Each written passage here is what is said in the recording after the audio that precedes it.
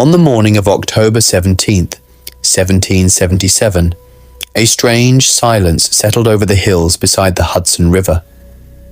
Smoke still drifted above abandoned earthworks where cannons had thundered only hours before. Mud clung to worn boots, horses stood weak from hunger, and thousands of British soldiers waited without speaking, as their officers prepared for something few of them had ever imagined. Instead of another charge, another volley, or another desperate attempt to break through the American lines, orders spread quietly through the ranks. The army that had marched south, believing it would crush the rebellion, was about to surrender. In that quiet valley near Saratoga, Britain did not simply lose a battle. It lost an entire field army, and with it, the confidence that victory in America was inevitable. Just months earlier, the future had appeared very different. London believed the rebellion could still be isolated and destroyed if New England, the heart of resistance, was cut away from the other colonies. British planners developed an ambitious campaign centered on the Hudson River, a natural highway stretching deep into the interior. If British forces controlled the river, they hoped New England would be separated from the southern colonies, making coordinated resistance almost impossible. It looks sensible on paper, yet history often turns on the difference between a plan and the reality waiting beyond the map. The man chosen to lead the main advance was General John Burgoyne, an experienced officer known as much for his confidence as his military ability. Burgoyne assembled a powerful army in Canada during the summer of 1777. Nearly 8,000 men marched with him, including British regulars, German auxiliaries from Hesse, loyalists, Native American allies, artillery, engineers, and an enormous train of wagons carrying supplies. The columns stretched for miles through forests and along lakes.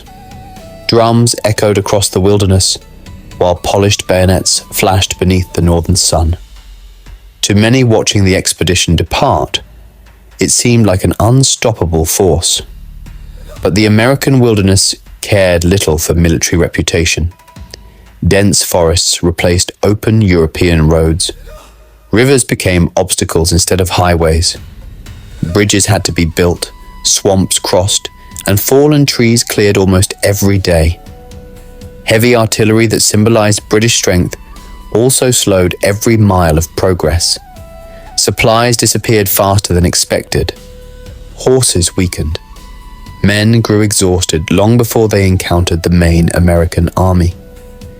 You find yourself standing beside a narrow forest track as another wagon sinks into the mud.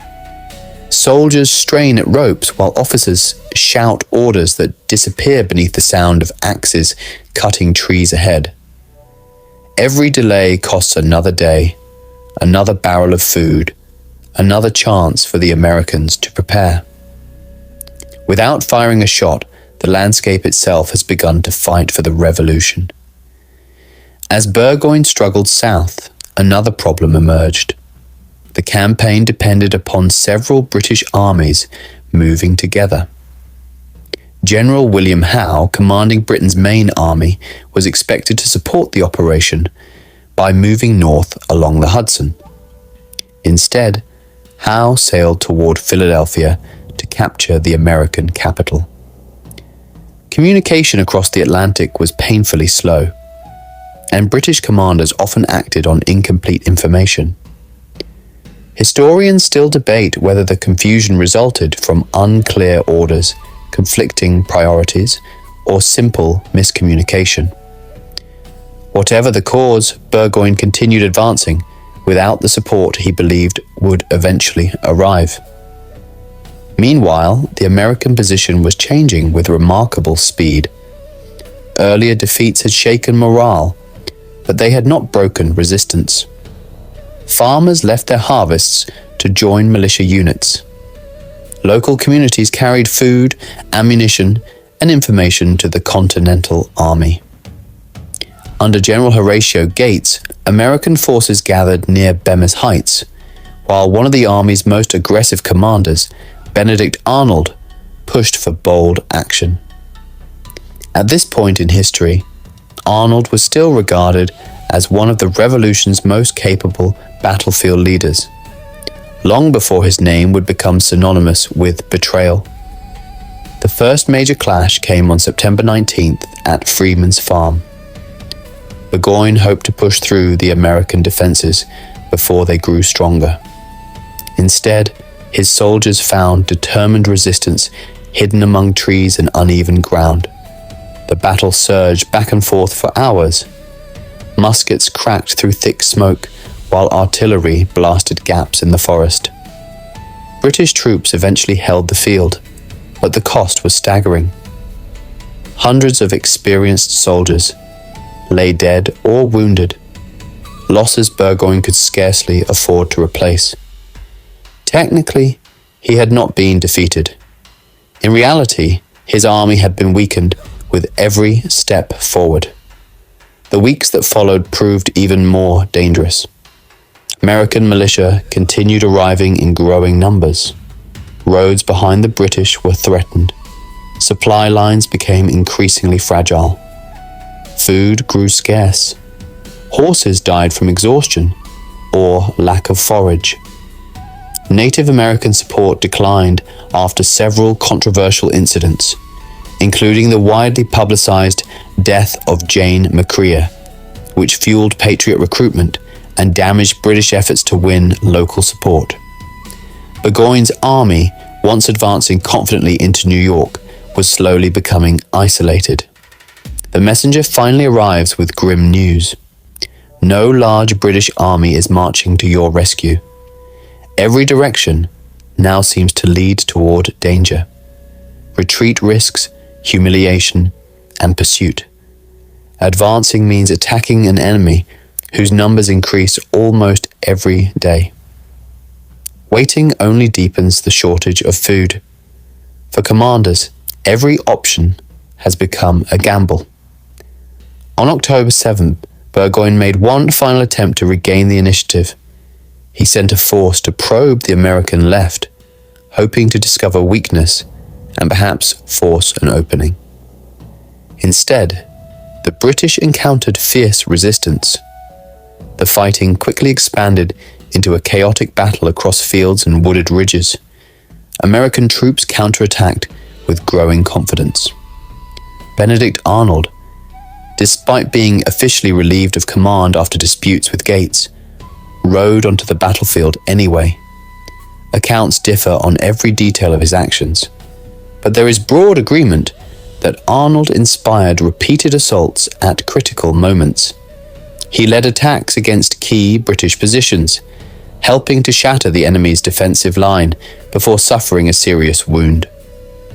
As darkness fell, Burgoyne's situation had become desperate.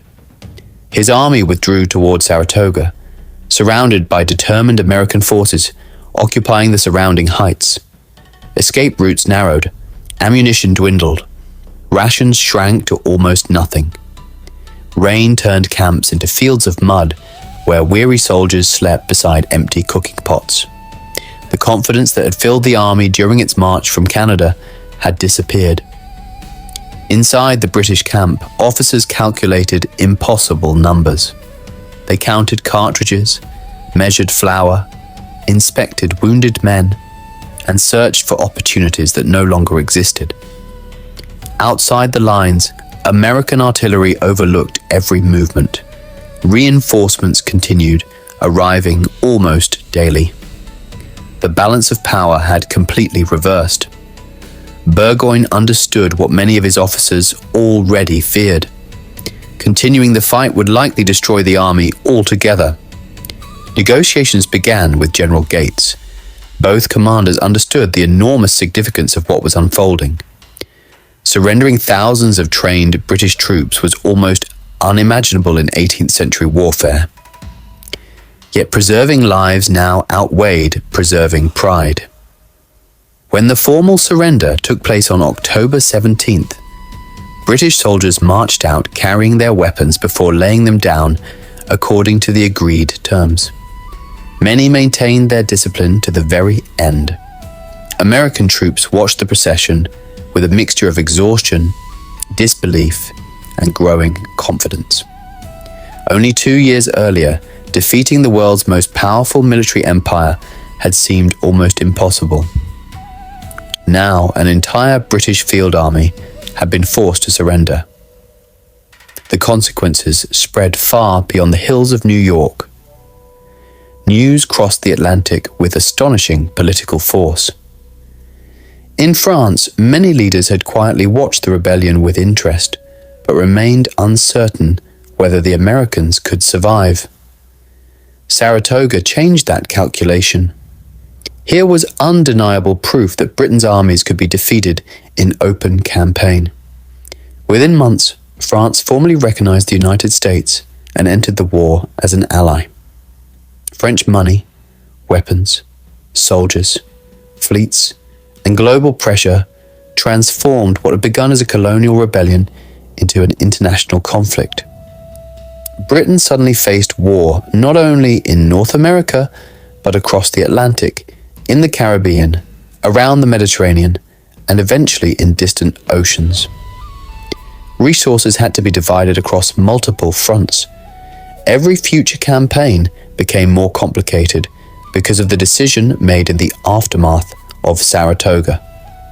For the Americans, victory brought more than captured soldiers and abandoned cannons. It brought belief. The Continental Army had endured defeat, retreat, hunger, and uncertainty since the war began. Saratoga proved that determination, local knowledge, capable leadership, and popular support could overcome one of Europe's finest professional armies. It was not the end of the revolution. Years of hardship still lay ahead, including the brutal winter at Valley Forge and campaigns that would stretch to the southern colonies. But after Saratoga, independence no longer seemed like an impossible dream. Today, the quiet fields where these armies struggled appear peaceful, marked by monuments rather than smoke. Yet beneath that calm landscape lies one of the greatest turning points in modern history. Burgoyne's surrender did more than end a campaign. It reshaped international alliances, expanded a colonial rebellion into a global war, and altered the balance of power across the Atlantic. The men who stood in silence on that October morning could not have known every consequence of what had just happened. They saw only tired soldiers, empty wagons, scarred fields, and stacked muskets. History, however, would remember something far greater.